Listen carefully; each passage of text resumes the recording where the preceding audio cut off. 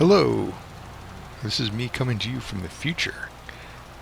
This was actually the part that I had recorded during the harvest to take a little bit of a break actually from harvesting. I wanted to get some lime going on the field, so I decided to take a break from harvesting and do a little bit of liming. I know in episode 1 you already saw the rest of the harvest and the amount we got off the field, so this one I'm doing a little bit out of order. Just wanted to kind of give you that heads up. So at the beginning of this video you're actually going to see me liming the field that I did yesterday in game, and then we're going to get on to some other baling and field work. So just wanted to kind of give you some context for this. Thanks for watching. So this is sort of like a prequel or a preview of what's going to happen, or what already happened. Thanks.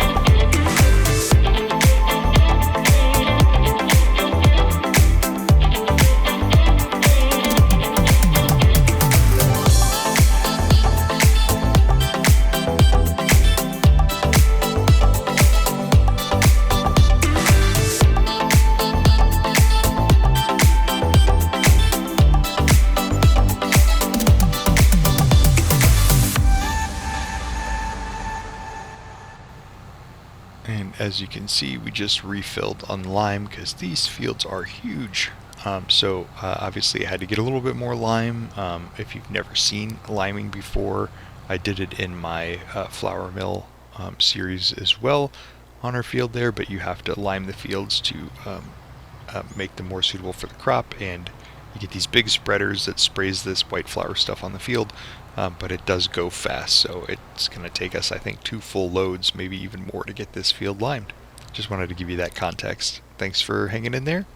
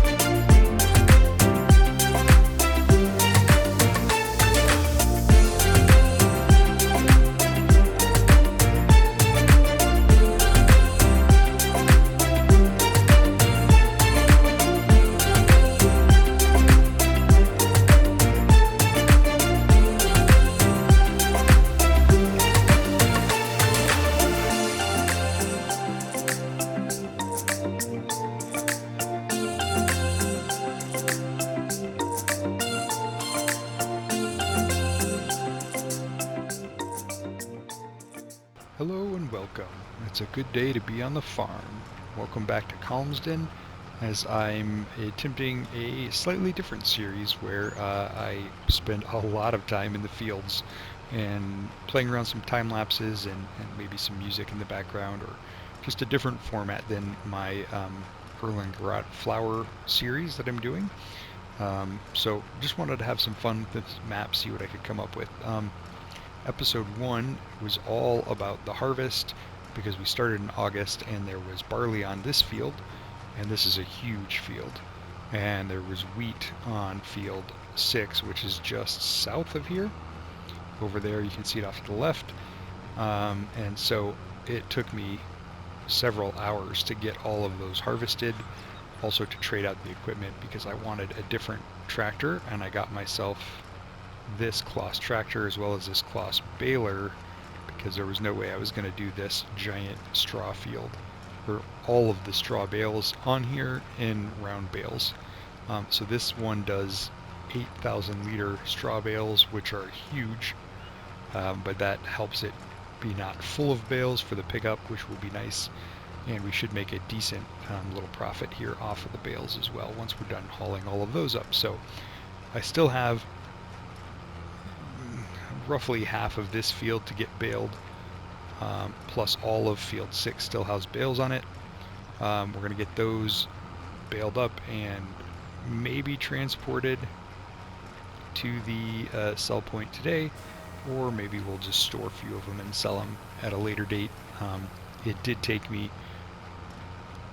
like I said, quite a few hours to get all of this harvested and get everything situated here, so I had to slow the time down considerably to do that. So I've actually already done a time lapse of the bales that are over here on the left, which you'll see probably here in a little bit, and then there might be another time lapse of me finishing off field 6 as well.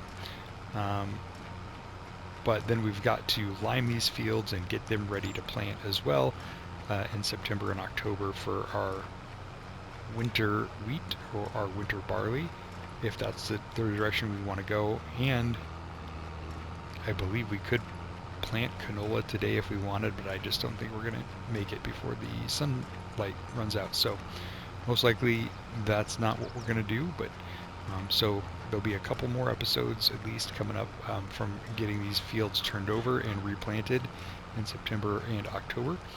And then we'll get to maybe some animal stuff after that. So anyway, hang in there and I'll check back with you guys in a little bit.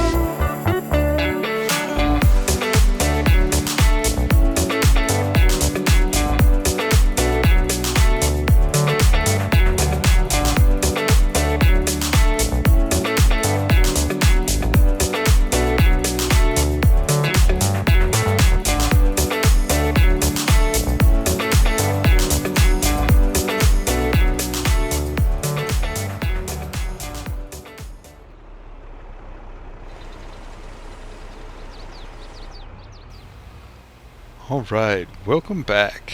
So we're done baling on the first field. This is the larger of the two fields, but it definitely takes a while. I can't believe how many bales are sitting on here. Well, I can, but this is still a really big baler, so I thought there might be a few less, than this. As you saw, I just finished my last lap on this field.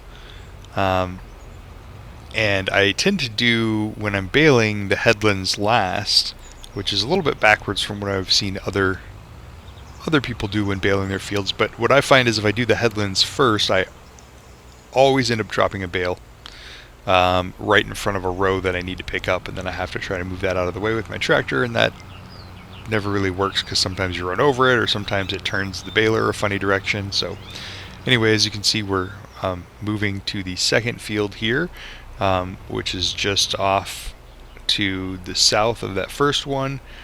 This one is better size-wise, but still is going to be an additional bunch of bales here. And as we turn around, we're going to try to find a good spot to start.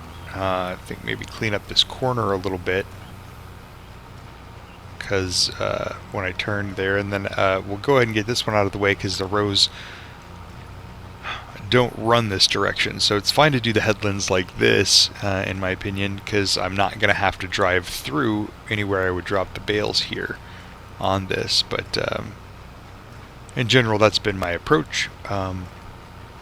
But of course, sometimes I just bale wherever there's a swath, and if it gets in the way, it gets in the way, and that's okay too. So, you know, there's no wrong way to bale a field. You know, it's whatever is fun for you, whatever is comfortable for you. But I just, you know, I find it frustrating when I've put something in my own way, and that causes me to not be able to bale the rest of the things, you know, timely. So that's why I'm not doing this bottom row here. We'll come back and we'll wide turn, skip a row, but come back up here and start leaving these bales up and down the field, and then we can do that bottom or back of the field row headland whenever we get a chance there. So anyway, yes, lots of bales coming off this field today, which is good. We will have to collect these up and probably sell them immediately.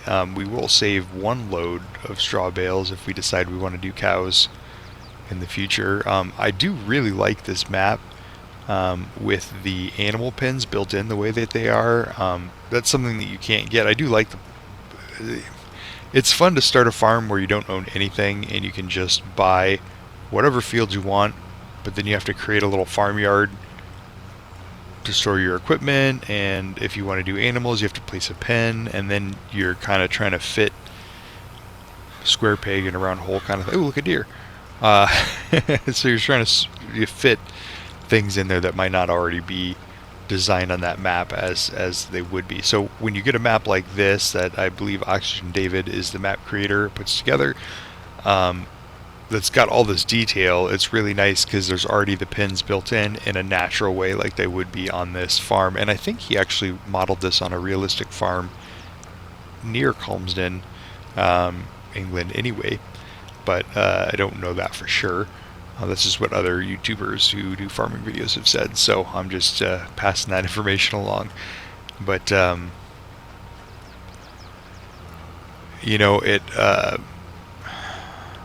I like it when it's just different ways to play. It's fun for me to start a map where I'm just buying the fields and making it happen, like I'm doing on Erlengrot, because that one we just bought a field, and then we bought a field that had some space in the back so we could drop a barn, and then we're just adding things as we go, and that's fun because you can just kind of really do whatever you want. But this is really nice too because the farmyard feels like an actual farmyard. It feels organic, it feels put together in a way that Erlengrot doesn't, because you probably wouldn't see all those buildings pop up in the back of that field. And that way they'd probably have a farm somewhere a little bit off, or set back a homestead or something, or do a little bit more groundwork. And I don't really like to use the sculpting tools and farm sim very much to move the dirt around, because it never feels natural and I always get weird bumps that are in the wrong places and things like that. So when you have a map like this where the map creator has already done that work for you and the animal pins are built in, it makes me want to do animals more. I don't know if you guys played FS19 very much, but there was a map called Marwell Manor, I think, on that one. And this reminds me a lot of that, where there's just some really big natural fields, but there was a great cow pasture on that one, which is where I did most of my cows in FS19 on that map. And they actually had a big field like this one does. I think field 3 is the one we just came off of that just felt huge. Marwell had a really huge field right off of the farmyard as well, and then a couple smaller ones. But they had a really big sheep pasture in that one too, although I had just done a ton of sheep on the previous map. Ravensburg, something, the one with the raven in it. So I did my sheep on the raven map, so I ended up doing the cows on Marwell, and I really enjoyed it because the pins were natural, and I think it could hold more than the average large pin in FS19. I don't know how many cows or sheep can hold in these animal pins. I haven't really looked into it as much, I'll be honest, but I know that the sheep pasture is huge. I've been watching Daggerwin's Let's Play of this map, and he's been mowing the sheep pasture, which I thought was interesting, but a good idea. So I know that one's really big here, so I will probably end up doing both sheep and cows on this one, but cows is the one I'm a little more excited to do.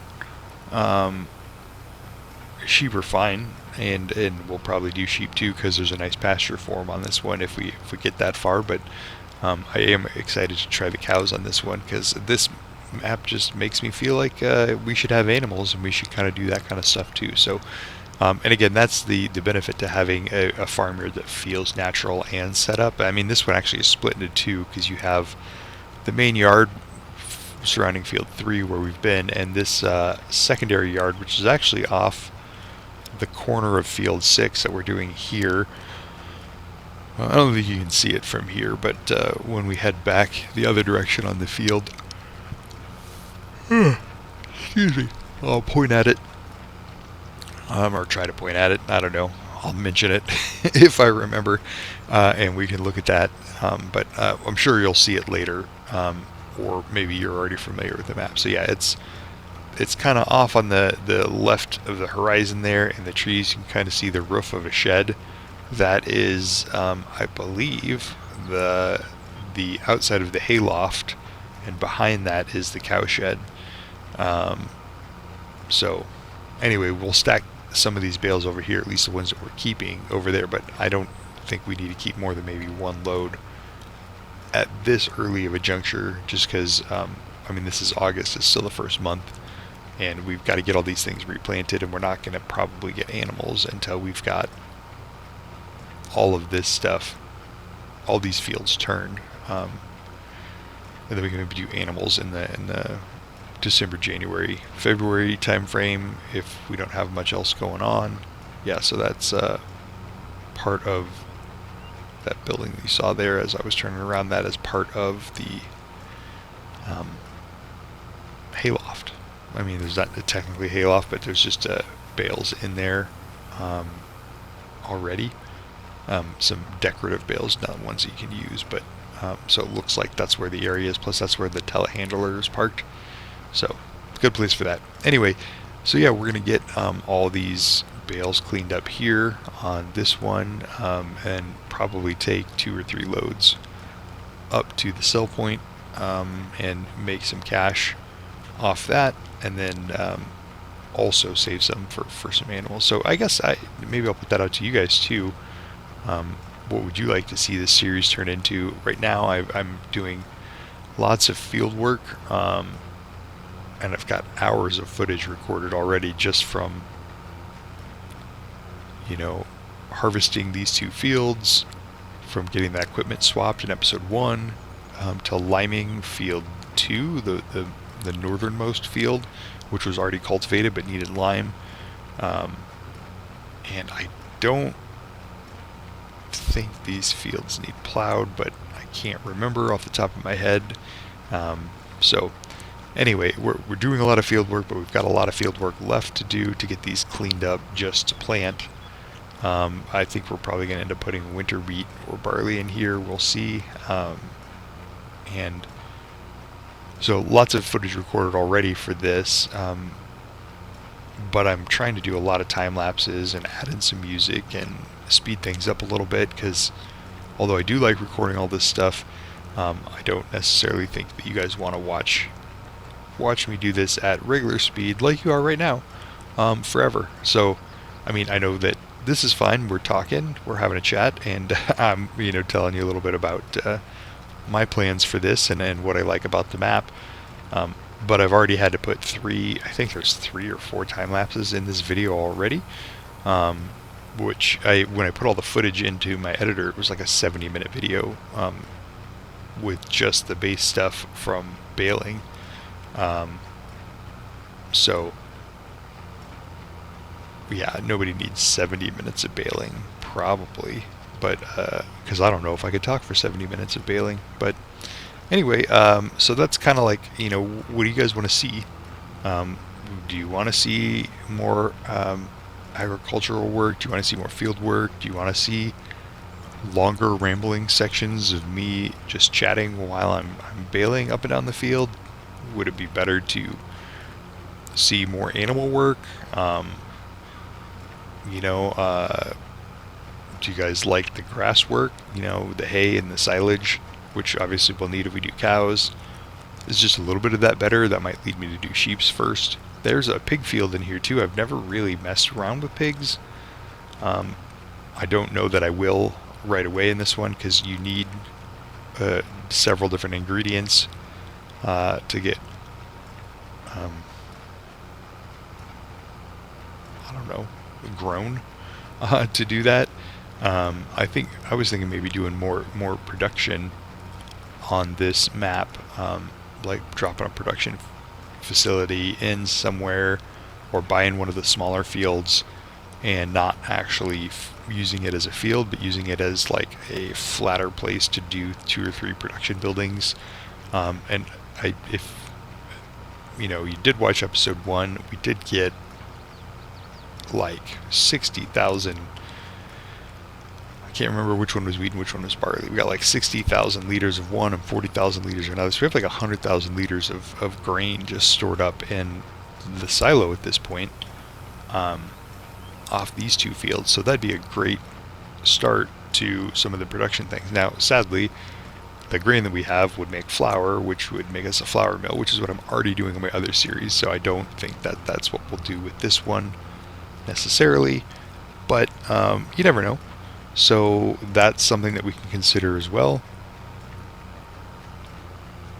So that would lead me towards, maybe we do invest heavily in the sheep, and we could do cloth and then textiles at some point. I'm actually doing that on a no man's land map right now, which I'm really enjoying, and I wish I had started this YouTube thing before I had started the no man's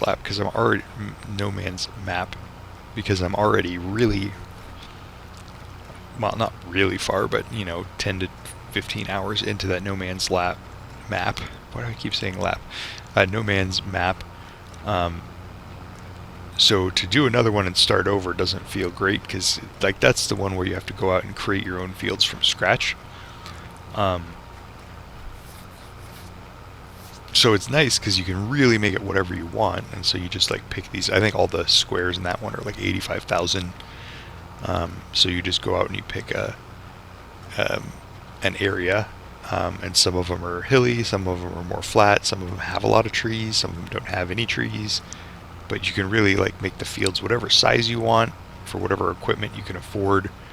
So you could buy one and make like 5 or 6 small fields and just start with like really cheap equipment, which is what a lot of people do, like survival role plays on, or buying old equipment and trying to build up from there. Or some people do a lot of forestry on that one. I've never really been a huge forestry fan in the FS games, just because I want to use the big machinery. And you know, there is some big forestry machinery, but it's like I cut 5 trees and then I'm like, okay, well, I've cut trees, I don't. Then picking up all the logs, I guess it's not that different than picking up bales, but bales, you can do it with a telehandler, you can do it one at a time, or you can do it with one of those Anderson wagons that does a really good job, or you can do it with the auto loader, which is what you guys have seen me do on my flour mill series, and what you'll probably see me do here, given the amount of bales that we have off these 2 fields already. I'll probably use an auto loader again for this. I don't mind the Anderson one, I actually really like it, but I bought the Anderson loader baling pack on FS19, and I did so many bales with that those loaders that they had in that one. I tend to do round bales more than square, so that Anderson 24 bale loader that you have seen, well, actually you didn't see it because I ended up using the auto loader and Erlengrot. I don't know if you watched my Cows and Sheeps Oh My video. I had the Anderson or the Anderson 24 bale loader with the little fork that picks the round bales up and stacks them in a triangle. I had that one on that, but I don't know. I think I actually cut that from that video, or I didn't get that far. That was my tutorial that I made. I don't know if you've seen it on the channel or not. It's 60 minutes long, and that's because I can only record 60-minute videos on this PS5. Like 60 minutes is my maximum for recording. So if I want to do longer than that, I have to splice a bunch of things together and use this software that's here on the PS5. I don't have a fancy computer that I do my editing on. I don't have any sort of fancy setup like that yet. So I do all my editing like right on the PlayStation using their in-house software. I think it's called Share Factory, and it's a little bit limited compared to what I've seen some of the other editing videos or editing softwares out there. So anyway, it works great for me because I don't want to export this off to a computer and spend hours doing effects and doing all those things. If I can do a voiceover like I'm doing right now, spoiler, I'm not actually baling right now, I'm voicing over my baling. I recorded this earlier. Or if I can add in a little bit of music, or if I can fade out music or trim a clip or speed it up. The one thing that frustrates me about Share Factory is the time lapse. I don't know if you saw in my first Calmsden video, there's harvesting that's sped up, and it's got this fuzzy bar at the bottom of the thing, and it's because of the way I did the time lapse there. I believe, and I don't quote me on this, but hopefully if the time lapse is in this one format correctly, you will just see them skip frames instead of blending them together, but that should eliminate that bar at the bottom. What I did on the first Calmsden video was I had it merge the frames, and so the PlayStation decided, was merging the frames to try to make it a smoother time lapse. But what that did is it messed up something in the graphics at the bottom row of the screen when I was harvesting, and it just looked fuzzy. And it had the right colors, but there was pixelated and just this like straight fuzzy bar at the bottom, which was kind of annoying. So I'm now doing my time lapses with the just deleting frames instead of trying to blend them, which to me gives it like more of a claymation kind of look. It's like a stop go animation, which is fine. It does remind me of like the the claymation stuff we saw in the 90s. I'm a 90s kid. Or like the RoboCop stuff. I can't remember the name. Was it T3 something? But that looked awesome when I was growing up, and now if you watch it, just looks like claymation because that's what it was, or stop animation. But regardless, it does let me do a time lapse, which lets me do videos like this. So I'm just playing around with stuff to see what we can come up with. But anyway, so I'm doing my editing there. And what was I even talking about? That's the problem with doing these long, rambly voiceovers is sometimes I forget where I'm at. I don't know. Anyway, so yeah, we're just gonna get these bales off the field and get some of them sold, and then, I mean, this is really the end of the day. It's gonna start getting dark pretty soon. And I really had to slow down time to get all this stuff done in August, which I don't normally like to do. Typically, I would prefer to keep time sped up to at least ×5, sometimes ×2 for big fields like this, but ×5 is what I prefer, and just to see how much I can get done in a day. But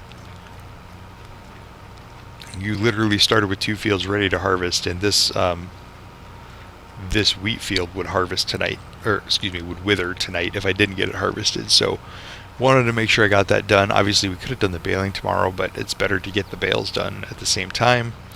And then as you saw at the beginning of this video, I did also lime a field to take a break from harvesting because it was a lot of harvesting. So I just limed a field because it needed it, because I wanted to get that going on planting as well at some point. So we've sort of jump cut a little bit with our editing around, but I wanted to kind of keep it together as to more of a what are we doing in the episodes, rather than a necessarily strictly what is the time that we have done things. So, you know, obviously episode 1 was just the harvest, and I had a lot of footage there. Episode 2 here is pretty much baling at this point. There was the liming at the beginning, but it's starting to get into prepping the fields to start doing cultivation and planting and things like that. Got those last couple of bales off here. We're going to go back to the farm with this equipment and see what else we can get done for that. Probably not much today, but we'll see. Man, this blind corner here always confuses me a little bit. I don't think there's any traffic on these tiny little farm roads. I hope not, because I kind of drive like crazy on them, because they're what connects the 2 different farmyards and the 2 different big fields here, or at least field 3 and 6, and this corner I can never make correctly. But if there ever is traffic coming the other way, I'm not going to see it, because look, I can't see anything through the trees here in my third-person view.